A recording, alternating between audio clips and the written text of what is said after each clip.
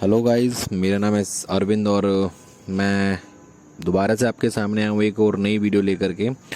जैसा कि मैंने लास्ट टाइम बताया था कि नेक्स्ट वीडियो में मैं आपको इस कॉलम की डिटेल आपको बताने वाला हूँ कि कैसे कॉलम हम अपना इरेक्ट करते हैं, कैसे कॉलम की डिटेल स्पेसिफाई करते हैं, कौन कौन सी डिटेल हमें स्पेसिफाई करनी होती हैं। ठीक है गाइज़, तो जैसे कि आप देख पा रहे हैं ये हमारा कॉलम है। ठीक है, और ये हमारा नीचे का एरिया है, ये हमारी फुटिंग है और ये कॉलम है और ये नीचे का रिइंफोर्समेंट है। तो रिइंफोर्समेंट डिटेल मैं आपको बताने वाला हूँ कैसी होती है। सबसे पहले मैं आपको बता देता हूँ, ये देख रहे हो आप बॉटम का रिइंफोर्समेंट। ठीक है, ये बॉटम का रिइंफोर्समेंट है। इसकी लेंथ डिफरेंट डिफरेंट होगी एज़ पर हमारे फुटिंग्स, क्योंकि डिफरेंट डिफरेंट हैं, 15, 13 और 17 की।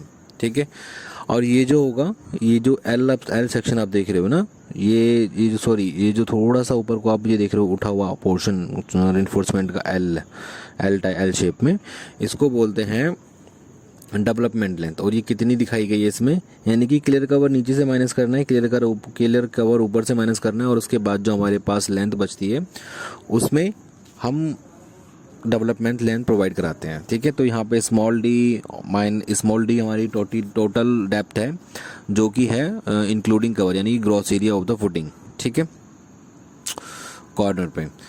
तो अब आप देख पा रहे हैं जैसे कि यहाँ पे हमें एक एक फीट का एल दिया गया है कॉलम के मेन इन्फोर्समेंट में। ठीक है, तो यहाँ पे 7 फीट तक हमारा क्या है कि फुटिंग का गड्ढा है, 7 फीट गहरा है, और उसके ऊपर हमारा क्या है कि एंजिल लेवल।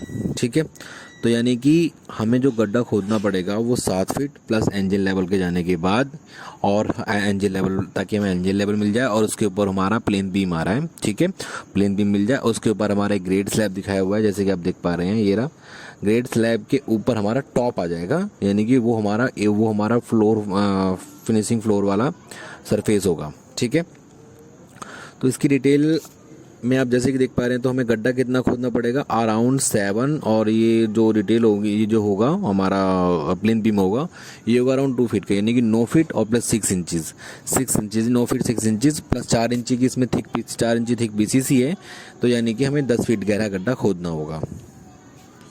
ठीक है गाइज, 9 फीट गहरा गड्ढा खोदना होगा। उसके ऊपर हमारा रिइंफोर्समेंट, उसके अंदर हमारा रिइंफोर्समेंट आएगा, और उसके ऊपर हम कॉलम की इरेक्शन करेंगे। ठीक है, तो जैसे कि मैं थोड़ा सा ऊपर आ जाता हूँ, इसमें मैं आपको डिटेल बताता हूँ कॉलम की क्या क्या डिटेल पढ़नी होती हैं। ठीक है, नीचे आते हैं, थोड़ा सा और नीचे।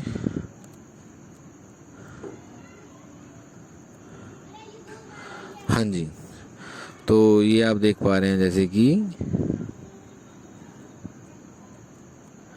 हमारे पास कितने टाइप के कॉलम दिखाए गए हैं। हमारे पास कॉलम 1, कॉलम 2, कॉलम 4, कॉलम 6। ठीक है, और नीचे आएंगे अगर हम इधर आएंगे तो कॉलम 3, कॉलम 5। यहाँ पे हमें 5 टाइप के कॉलम दिखाए गए हैं। अब कॉलम में 3 तरह की रिंग है। एक हमारी आउटर रिंग है, मेन रिंग, उसके बाद हमारा एक छोटा रिंग है। ठीक है, जो बीच के मेन इन्फोर्समेंट को कवर करेगा। उसके बाद भी हमारा इन्फोर्समेंट बचेगा, तो उसके लिए हमने लिंक प्रोवाइड कराएगा कॉलम 1 में। सेम एज इट इज़ हमारा फॉलो हो रहा है हमारा कॉलम 2 में, और सेम एज इट इज़ हमारा फॉलो हो रहा है कॉलम 4 में। और कॉलम 6 पे अगर हम आते हैं तो इसमें डिफरेंट रिंग प्रोवाइड कराए गए हैं। जैसे कि आप देख, एक हमारा मेन रिंग हो गया। ठीक है, ये जैसे कि आप देख पा रहे हैं मेन रिंग, फिर 2 हमारे छोटे रिंग हैं जो 2 इन्फोर्समेंट को प्रोवाइड, यानी कि 2 सरिये को पकड़ेंगे। ठीक है, और उन्हीं को कवर करेंगे। ठीक है, उन्हीं पे बाइंड होंगे, ये ऐसे और ऐसे। ठीक है, मैं इसका एक फोटोग्राफ भी आपको दिखाऊंगा कि कैसे ये वर्क कर रहा है। और C3 भी हमारा सेम एज इट इज जैसे C1 हमारा बाइंड हो रहा था, और C6 हमारा C5 हमारा C6 की तरह बाइंड हो रहा है। ठीक है, अब अगर हम नीचे आते हैं तो मैं आपको दिखाता हूँ कि लैपिंग जोन कैसे प्रोवाइड कराते हैं। ठीक है गाइज, नीचे आ जाइए जी। ये देखिए, मैं इसको हल्का सा जूम कर देता हूँ।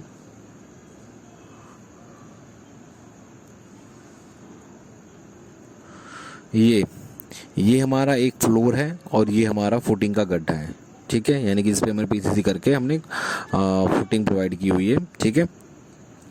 तो ये यहाँ से यहाँ तक इसको बोलते हैं क्लियर कॉलम हाइट, ठीक है। अब ये हाइट कितनी हो जाएगी हमारे पास, जैसे कि मैंने आपको बताया था कि आपका हमारा यहाँ पे अगर हम प्लिंथ लेवल पे आते हैं, प्लिंथ लेवल सपोज दैट हमारा यहाँ पे आता है, तो ये हमारा 9 फीट हो रहा है, 9 फीट हो रहा है। और उसके ऊपर अगर आप फ्लोर देखना चाहते हैं तो फ्लोर की हमारी डिफरेंट हाइट होती है, जैसे कि किसी की 10 फीट, 12 फीट, 15 फीट, 14 फीट ऐसे होती है। तो इतना बड़ा कॉलम हम एक साथ तो खड़ा कर नहीं सकते हैं, ठीक है। तो इसलिए हम क्या करते हैं कि रेनफोर्समेंट में लैपिंग प्रोवाइड कराते हैं। अब वो लैपिंग प्रोवाइड कैसे कराते हैं, लैपिंग के जोन होते हैं। देखिए ये जोन 1 दिया हुआ है, ये नॉन लैपिंग जोन होता है। ये जोन 2 दिया हुआ है, ये लैपिंग जोन होता है। सेम एज इट इज़ यहाँ पे नॉन लैपिंग जोन Z1 होता है, ठीक है। और एज इट इज़ ऊपर फॉलो हो जाएगा, जैसे कि मैं आपको दिखा देता हूँ फिर भी एक बारी। देखिए यही हमारा प्रोसीजर आगे तक जितनी भी हाइट पे जाएंगे फॉलो होता जाएगा, ठीक है गाइस। ठीक है, तो आते हैं नीचे, मैं आपको बताता हूँ वो डिटेल्स कैसे देखते हैं इसमें। देखिए फुटिंग की टॉप ऑफ द फुटिंग, यानी कि फुटिंग हमारी ट्रेपेजोइडल थी। ट्रेपेजोइडल फुटिंग जब हमारी यहाँ पे ख़त्म हो जाएगी, अगर हम उसको सपोज दैट ये रेक्टेंगल फुटिंग का टॉप अगर हम आप कैलकुलेट करते हैं, उसके अकॉर्डिंग यहाँ से फ्लोर तक की हाइट को कॉलम हाइट बोलते हैं, क्लियर कॉलम हाइट, ठीक है। अब इसको हमें करना क्या है कि इस हाइट को हमें h/4 हाइट को चार पार्ट में डिवाइड करना है। 4 पार्ट में से h/4 में से जो अगर आप सपोज दैट इसकी हाइट है हमारे पास 12 फीट, ठीक है। अगर हमारे पास 12 फीट की हाइट है तो इसको हम 4 से डिवाइड करेंगे तो तीन के 4 पार्ट हो जाएंगे, ठीक है। तो यानी कि 3 फीट हमारा ये पोर्शन होगा, 3 फीट हमारा ये पोर्शन होगा और बीच में हमारा 6 फीट का ये पोर्शन होगा, ठीक है। इस 6 फीट में हमें लैपिंग जोन मिलता है, इसी में ही लैपिंग जोन मिलेगा। अदरवाइज ये जो 3 फीट का पोर्शन है h/4 और h/4 ये नॉन लैपिंग जोन होते हैं। इसमें हम लैपिंग नहीं प्रोवाइड करा सकते एज पर IS कोड्स और इंडियन स्टैंडर्ड कोड्स के अकॉर्डिंग, ठीक है। क्योंकि भूकंप जो होता है, भूकंप की एक टेंडेंसी होती है, वो जब भूकंप आता है वो हमेशा सेक्शन के वीक पॉइंट पर असर करेगा, ठीक है। और कॉलम में सबसे ज़्यादा बेंडिंग मोमेंट किस पोर्शन पे होता है, एंड पे। समझ पा रहे हैं गाइज, इन एंड पोर्शन पे यहाँ पे और यहाँ पे सबसे ज़्यादा बेंडिंग मोमेंट होता है, इसलिए हमें लैपिंग जोन बीच में प्रोवाइड कराना होता है। जब भी भूकंप आएगा, बिल्डिंग अगर हमारी टेढ़ी होगी, इधर को होगी तो वो यहीं से क्रैक होने के चांसेस होते हैं उसमें। तो यहाँ पे हम लैपिंग नहीं देते बिल्कुल भी, ठीक है। यहाँ पे सबसे कम इफेक्ट होता है क्योंकि यहाँ पे बेंडिंग मोमेंट 0 होता है। सबसे ज़्यादा बेंडिंग मोमेंट एंड पे होता है कॉलम में, ठीक है। तो यहाँ पे हम लैपिंग नहीं देते, ठीक है गाइज। याद रखना ये पॉइंट, ये बहुत इंपॉर्टेंट पॉइंट है, सभी साइट्स पे पूछा जाता है जब भी आप काम कराने जाओगे, ठीक है। अब बात करते हैं कि हमें जो कॉलम बनाना है, कॉलम में रेनफोर्समेंट स्ट्रिप कैसे लगानी है, ठीक है। देखिए जोन 1 दिया हुआ है और जोन 2 दिया हुआ है। जोन 1 में 10 mm की रिंग दी हुई है, 4 इंच की स्पेसिंग है। 10 mm की आउटर रिंग बनानी है, 4 इंच की स्पेसिंग में बांधनी है जोन 1 तक। अब जोन 1 हमारा कितना बड़ा है, जोन 1 यहाँ देख लीजिए। देखिए ये पूरा का पूरा फुटिंग से लेकर के यहाँ तक हमारा जो h/4 तक हमारा जोन 1 होता है, ठीक है गाइस। यानी कि इस पोर्शन में हम, और यहाँ अगर आप ऊपर आएंगे ना तो ये भी फॉलो करना होता है। जोन 1 के साथ साथ हमें कॉलम की हाइट भी फॉलो करनी होती है। देखिए कॉलम की हाइट ऊपर जा रही है, तो यहाँ तक जैसे कि दिख रहा है ना, यहाँ तक हमारा 4 इंच की स्पेसिंग पे जाएगी हमारी टाइज, ठीक है। आउटर टाइज हमारी दी हुई है हमारी 10 mm की, और इनर टाइज देख लेते हैं कितनी की दी हुई है।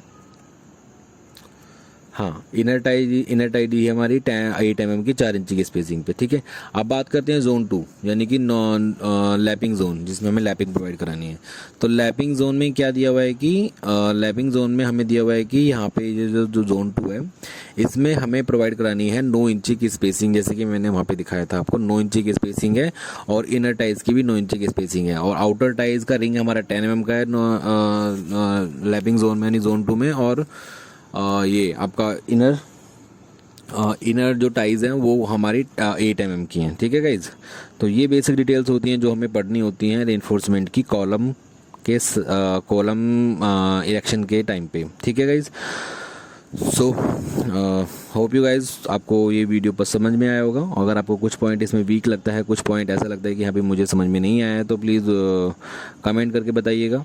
और नेक्स्ट टाइम मैं आपको इसकी एक वीडियो बना के दिखाऊंगा दूसरी, जो हमारी एक्चुअल में हमारी कास्टिंग हुई है, कैसे हम कास्टिंग कराते हैं साइट पे।